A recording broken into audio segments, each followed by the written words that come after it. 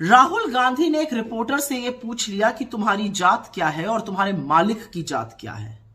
यह सवाल बिल्कुल सटीक निशाने पर लगा है, पर इस सवाल से मीडिया के जो बड़े बड़े मठाधीश हैं वो बड़े उत्तेजित, आक्रोशित और विचलित नजर आ रहे हैं, टूट पड़े हैं राहुल गांधी पर।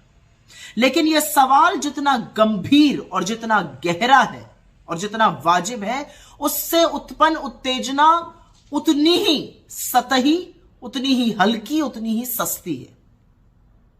हमारे देश में पत्रकारिता का एक गौरवशाली इतिहास रहा है। जंगे आजादी के दौरान आजादी के महानायकों ने पत्रकारिता के माध्यम से पिछड़ों का, दलितों का, वंचितों का, शोषितों का, उनके खिलाफ हो रहे अन्याय के खिलाफ आवाज उठाई। गांधी जी ने तो अपने अखबार का नाम ही हरिजन रखा था। तब पत्रकारिता व्यवसाय नहीं थी। आजादी आई, पत्रकारिता का व्यवसायीकरण हुआ। और यह सच है कि संपादक और पत्रकार अधिकांश एक ही वर्ग से आने लगे। वो अधिकांश सवर्ण वर्ग के थे और जो उनके मालिक थे वो अधिकांश वैश्य थे। उठाकर देख लीजिए किसी भी बड़े मीडिया हाउस को। आज भी 2024 में एक भी संपादक मेन स्ट्रीम मीडिया का ना एससी है, ना एसटी है, ना ओबीसी है, जबकि उनकी जनसंख्या 73% है। तो उनका प्रतिभाग कहां है, उनका रिप्रेजेंटेशन कहां है? यही सवाल तो राहुल गांधी जी ने उठाने की कोशिश की है। इसी सवाल का तो जवाब वो आपसे मांग रहे हैं। बजाय इसका जवाब देने की कि इन लोगों का 73% का रिप्रेजेंटेशन कहां है, राहुल गांधी पर टूट पड़ना इसका जवाब नहीं है, उस पर बरगलाना इसका जवाब नहीं है। और क्या ये लोग उन लोगों की आवाज बन सकते हैं? क्या ये समझ सकते हैं उनकी पीड़ा?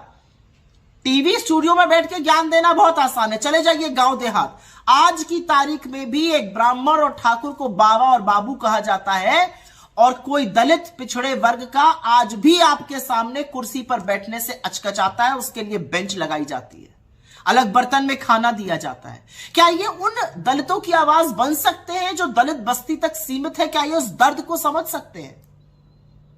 टीवी स्टूडियो में चकाचौंध में टाई पहनकर आदिवासियों को वन में रहने की हिदायत देने वाले लोग, उनको कोयला चोर घोषित कर देने वाले लोग, ये बनेंगे शोषितों, दलितों, वंचितों, आदिवासियों, अल्पसंख्यकों की आवाज?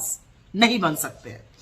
लेकिन असलियत यह है, और यह असलियत बयां करनी जरूरी है, कि राहुल गांधी ने जब मुख्य धारा के मीडिया से सवाल पूछा तो उनकी बेचैनी स्वाभाविक है। पिछले 10 साल से मीडिया जो है वो अपना कर्तव्य भूल चुका है, सवाल नहीं पूछता, उनकी जो विश्वसनीयता है वो शून्य पर है। तो राहुल गांधी जी जब धराशायी लोकतंत्र के चौथे स्तंभ के मलबे पर खड़े होकर दहाड़ते हैं कि तुम्हारे इस पूरे मायाजाल में आम जन की आवाज कहां है, तो यह बेचैनी स्वाभाविक है। यह बेचैनी स्वाभाविक है और एक डर भी है।